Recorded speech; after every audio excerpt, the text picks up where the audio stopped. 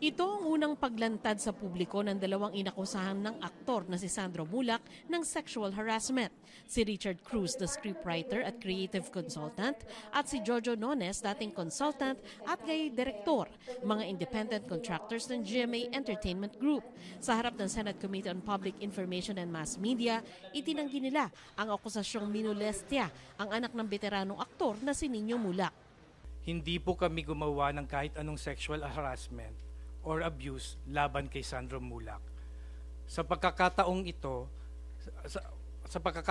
sa harap ng iyong lahat, mariing tinatanggi po namin ang lahat ng mapanirang akusasyon na ito laban sa amin. Kay Sandro, wala kaming ginawang masama sa iyo at alam mo yan sa puso mo. Hindi pa huli ang lahat na magsabi ng totoo. Dagdag ng dalawa, sa tinagal-dagal namin sa industriya, wala po kahit na isang reklamo, sexual man or anuman, ang nag-file sa amin.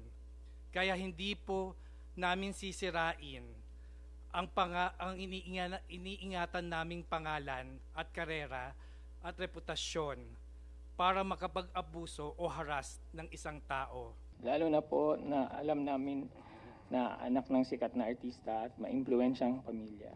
Ano ba naman po ang laban naming mga ordinaryong manggagawa lamang laban sa kanila? Hindi naman po namin itinatangging bakla kami. Sa katunayan, ang pagiging bakla namin ang isa sa mga dahilan kaya kami naging creative, artistic at nagkaroon ng skills na kailangan sa industriya. Buong buhay namin, ginamit namin ang pagiging bakla namin sa maayos na paraan para maitaguyod ang aming mga pamilya. may panawagan sila sa publiko. Sa huli kami rin po ay humihiling ng hustisya, mabigyan sana ng hustisya ang malisyosong pagbibintang sa amin.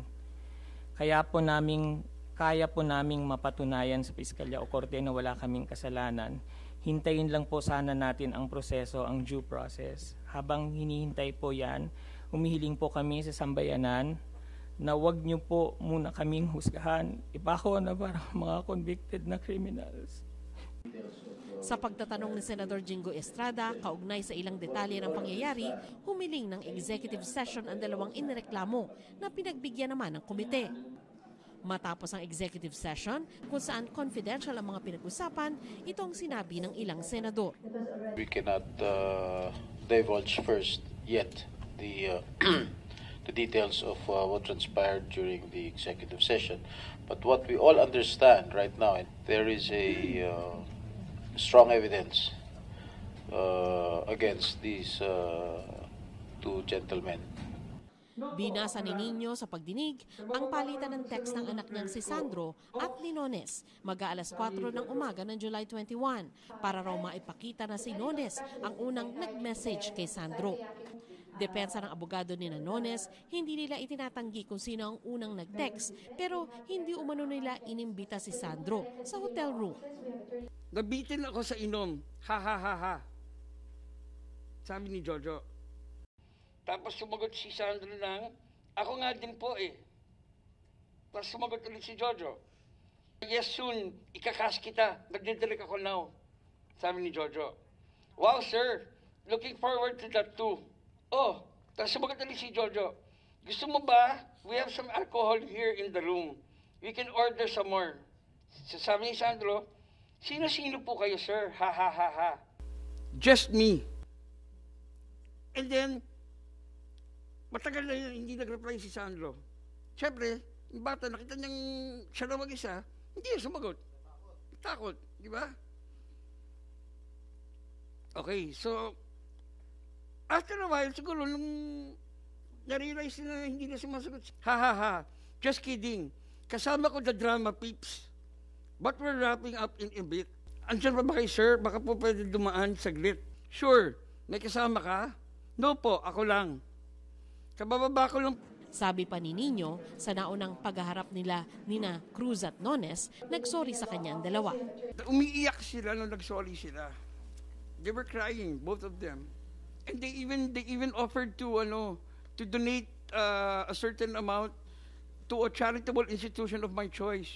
Ang sagot ko po sa kanila, Ako, tao lang ako. Diyos nga marunong magpatawad. Kaya ko kayong patawarin. Pero kailangan pagbayaran niyo yung ginawa niyo. Ang context po kasi yung parang, sorry, pero wala po kaming ginawang masama sa anak niyo. Sa susunod na pagdinig, kakausapin din ni Nino ang kanyang anak kung maaari itong magbigay ng pahayag sa Senado kahit sa pamamagitan ng video conferencing. Sandra Aguinaldo, nagbabalita para sa GMA Integrated News.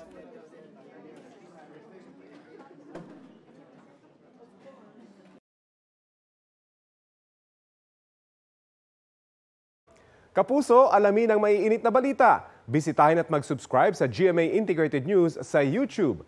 Sa mga kapuso abroad, samahan nyo kami sa GMA Pinoy TV at sa www.gmanews.tv.